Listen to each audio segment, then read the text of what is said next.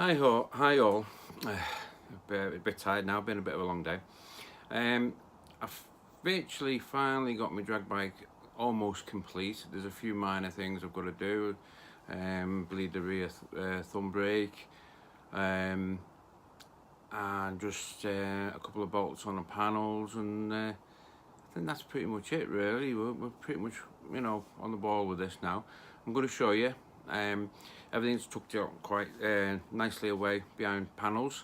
Panels a little bit tight to get on because obviously we've crammed a hell of a lot of stuff behind the panels now with the new oil cooler, and we had to modify the panels as well. And then obviously the nitrous system. With the nitrous system where that sort of the tubing, the stainless steel tubing, curves up over the tank, over the frame, and then down through the frame, which is obviously the airbox is the frame on the ZZR14. So the tank is sitting a little bit higher than normal, so we've got space for them. We're not bending the pipes in any one way or another. It's like nitrous will, as I said before, if you're trying to take it around the corner, all the molecules will be thrown to one side, so you need to have it straighten up again before it goes into the cylinder, especially if you're splitting, like one solenoid, which is letting the nitrous out, into a Y piece, which splits it into two, and then splits it again into two again for a 4-cylinder bike. So I didn't want to bend any of the pipes after sorting it all out and so on and that. The bike's set up for Santa Pod. Our maximum wheelbase we're allowed in the ACU is 68-inch from spindle to spindle. Now obviously in the States and other countries you can have a hell of a lot longer. So I've got it set bang on 68, probably a touch a little bit shorter because of the chain adjustment. Took a bit of fiddling to do that, but if I change sprockets and that, it may vary, it may get shorter, it may get a bit longer, but if it does, I have to take a couple of links out. But anyway, so I'll show you around the bike now, and obviously I've got a TPS switch going on, throttle position sensor switch, to switch the signal from the throttle position sensor to the nitrous progressive controller, because we found on the dyno that when you had it pinned 100% throttle, the TPS was only giving you 60% throttle, which means you're getting the fueling you'd set for 60% throttle on 100%, so it was running lean. So we found that for some unknown reason, even when the controller's turned off, we have a bit of an unusual signal. When it's turned on, it's fine, but I still want to be able to run the bike with it off, because if I turn it on, you're potentially arming in nitrous and so on and all that, and something may go amiss. Obviously, I don't want that on. If I'm running normally aspirated, I don't want the controller on at all. So the quick, easy way to solve that is to put a TPS switch in. So I'm going to go and show you all the bits and bobs. I'm waiting for a switch for the TPS. I have got one in case it doesn't turn up in time, because we are now on Sunday, and then on Friday we'll be travelling to Santa Pod. But also I have quite a few hospital appointments. Also, a quick note, my garage is always a bit messy, but it's got a hell of a lot worse because for the last 3 months now, I've been in a wheelchair working from the garage. I've had no prosthetic leg. I had a fitting on Monday, just gone, like a casting, and I went back on Friday. No, not Friday, yeah, Thursday, and we seem to modify the first diagnostic socket, and it seems to be close. So they're strengthening that, because anyone over 100 kilos, it has to be strengthened before you can take it away at home. So that's been strengthened, and I pick it up on Thursday. I'll go for another appointment Thursday. I've got physio Thursday, and they're telling me I've got to keep clenching my left bum cheek so I can get the muscles working. That have all sort of turned itself off, so that's why I'm bouncing them down. But anyway, so I have the physio, I have the leg thing on Thursday, and then we're travelling Friday. Cutting it fine, I'm very fine, but as long as I can stand doing burnout, I'll be happy, because I can take the leg off afterwards and just use my wheelchair if it's a bit too much. But I'll give it a good go over the weekend and find out if there's any alterations we need to do. Anyway, stop me jabberting on. I'll turn around, I'll show you what I've done to the bike and what it is. And it's totally different from last year, colouring. It's got a bit of green in, as you might see behind me. It's because I had to change the nose cone. I had a cheap and nasty aftermarket one, which was just past its best. We had three seasons of it, and it is. I'm lucky it lasted that long anyway. Put it that way. So I managed to pick up a second-hand one. Couple of little hair cracks in it, so they've been sort of bodged up at the moment for this season, and as long as it doesn't break, and then over the winter we'll get it painted up nicely, and anything else that might need tidying, we'll try and get it looking nice again. Right, I better turn around because I'm yabberting on, and I can talk for England, Scotland, Ireland, Wales, whatever you want to call it. Speak to you soon. You can see now I've got a black and green top nose cone, which has been fitted to it. Also, I noticed over just when I was cleaning the bike, I have had on both headlamps in a similar place, it's melted from the outside. Now I'm unsure how that's happened. There's no heat in this garage which would cause that. I'm not sure whether it might have been someone, it's not always me who stuck the stickers on the bike for me, you know, from you have like you stick a sticker on and then it has to be signed by scrutineers and all that. I wonder if someone's used the glue to try and stop it from, because when you're doing 150 miles an hour it can rip itself off, and it's melted the screen. I know super glue can do that because they're only plastic these now, not glass anymore. So if I ever, it's all right for racing, but if I ever sell the bike, I'm going to have to, you know, as a road bike, I'm going to have to get some headlamps for it now, which is a bit annoying. Anyway, for this year we've got new panels. Well, this is new panel. These lower ones are actually what I salvaged from when I crashed my road bike. So they're a matte black. So the bottom half ones with the Dynajet on there that's because we Dynajetted the other bike. This one's been mapped on the ECU. They're matte black from 2013. Those black side panels are from 2012, and the nose cone is from 2014, and the rear panels are actually Gen 1 side panels. They are totally different. They curve more there. I'm going to put my race number on there, and they come out a little bit further. They come out a little bit further here, so you have to be careful with my bottles. And also there was a few little niggly things. It's like I had to cut a hole here for my seat key, because on the Gen 1 it's somewhere else. I think it's here because there's like a plastic plate on there, and it was a bit weird, just like there's bunged plastic plate on the somewhere, so it must be there. As you can see, wheelbase set. I've got to I've lock wired the chair. I've put split links in, two of, lock wired it, and I'm going to put some silicone on so I can see if the silicone's gone, then to check the lock wire and the link.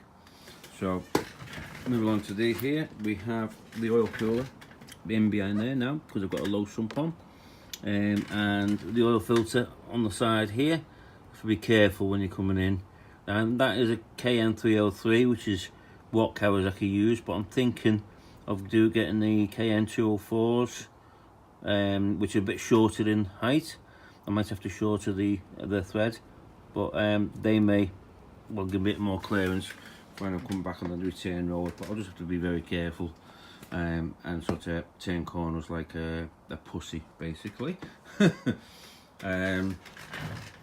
You can see from the front I have PFM 6-pot radial calipers. Now PFM is a company in the Isle of Man who have made discs for races and so on. Now these discs are very, very clever. They're very, very big. I think they're 330mm, but this one big O-ring clip, you pull it out. We don't do it like when it's on there, but you pull it out, right, and then you can take the rotor off from the inner, so you can replace the rotors on the inners. Now I've had them on since day dot, and I had them on my ZX12 as well. I managed the same inners seemed to work. The only thing you have to be careful of was the ABS sensor. Now, they're absolutely stunning brakes. Yeah, absolutely amazing brakes. I could do a change in the master cylinder to something like a Brembo, and it would make it even better. But anyway, here we go on it. I have my... Sorry about that, I must have pressed the button when I didn't need to. Well, as I was about to say, I have my electronic gear change here. This is down the box. You go to first gear, and then you go up the box with the back there. They're on the opposite side, so you cannot make the mistake. On some road bike versions, you'll have them side by side here, but you can quite inadvertently press the button, which I have done on my trike. Thumb brake here. Only got mild pressure here at the moment, and he's bleeding. I don't want it rock hard because I don't want to inadvertently press it to try and stop control a wheelie and end up locking the rear up while the front wheel's in the air, if you know what I mean. It's not exactly what I would want. And the reservoir to that is here at the moment, just there, but I'm looking on putting it that way around, the other way around, on a big like bolt spacer, shorten the pipe obviously and route it correctly, so that's not going to catch anywhere on the fairing, and it should be nice and tidy. But I'll just put it there for now. It's tipped upside down, so there's not much fluid in it as well. I have my air fuel ratio meter, Dynajet one. Now that's linked to the nitrous controller, so what will happen there is I can set what air fuel ratio I want the nitrous system to run at, and it'll take the reading from here. If it can't maintain it, it'll turn the nitrous system off, and just route it back to normally aspirated. It's quite good when you're doing top speed runs, because if you run out of gas, you don't want to basically, you know, keep on putting more and more fuel in and then have all sorts of issues. So for my nitrous, I've got a turn on switch here, like an aircraft one. Now they also got a telltale light there, because I used to keep forgetting to turn it off, so that's easily going to tell me that it's still on. But I've put it side on there partly because I had it the other way. Now if you get a lot of wind, you might inadvertently push that down and turn it off, you know, especially doing top speed run. So I put it side on, so if it's going to push, it's only going to push side on, and it's not inadvertently going to turn the switch off. That's my theory behind that. I have lowered the forks by about 25mm. I've got it written down somewhere else to be exact. I have a Hyper Pro steering dampener, and obviously you whack it right up full when you need it. I have a Pingle lanyard, and obviously when you pull that out, that cuts everything. We have to have that when you're on a nitrous in the UK. That's the score on that. There's a shift light there with the orange red light bit, red lens has come off, but it still works properly. I have obviously my electric solenoid there for changing my gears, which on that system I can plug the laptop in and I can change everything, ramp up. If I want a bit of pressure on before it starts, you know, I like to load the gearbox, ignition cut, you know, everything you can think of, including coming down the box. So over here I have two 24-ounce bottles here. We get about 1.5 pound in each. I do want to try and go to a 2 or a 2.5 pound bottle. I have got the facility on this swing arm to be able to put it in there, but I didn't have this swing arm when I put this set up. I actually had to go to braided lines this time because of some of our rules and regulations. They have to have braided lines, which the nylon ones, to be honest with you, they're absolutely so thick and they're great. They never leak. Obviously braided over time you lose pressure, so that's why you have to have a purge system, which I've fitted a purge system to it as well now. I'm gonna stop now, try and turn the bike round, and quick show you the other side. Hey, well here we go, the other side. On this side here, quick action throttle, quarter turn to full throttle, oil pressure gauge. It's a mechanical one, so it actually takes oil pressure up to the gauge. More reliable than the electronic ones. I did have electronic ones and I've had them fail under heat temperatures and stuff like that. This button is my purge, and these two wires are waiting for a switch for my TPS to turn it on and off. That's what I've got on this side here. I have Sidewinder, Brock Sidewinder exhaust. In some cases, on some of our meetings, I have to have a more quieter exhaust than this because we're restricted to 105 dB. Yes, it sounds stupid for you Yanks out there, Americans, whatever you call it. Yanks will probably kick off for me saying that. My purge comes out through here. I am going to strap it a little bit, but it doesn't actually move around very much. So that is actually fitted behind here. On a previous video, you'll see how I fitted it, and it was quite awkward to fit, but I think it's the best way of doing it now. I have the brake pipe spanner on there, brake bleed spanner on there, just to remind me to bleed those brakes. So that's pretty much it, really. And this on the dyno, normally aspirated, we've got 221 at the rear wheel. That's corrected horsepower, DIN, as they call it, DIN, smoothing 4, industry standard or sort of thing, or European standard or whatever. So 221 at the rear wheel. When I had nitrous jets of, I had 50 bhp nitrous jets in it. We tried the nitrous, but we only put a small, like a sniff in sort of thing, and we had 234, quite easy, smooth as hell. I'll put the graph up, the picture of the graph up at the end of this video and to show you. I'm sorry this video is so long, but it's giving you a good rundown of the bike. Obviously behind there, sorry, we have a lock-up clutch.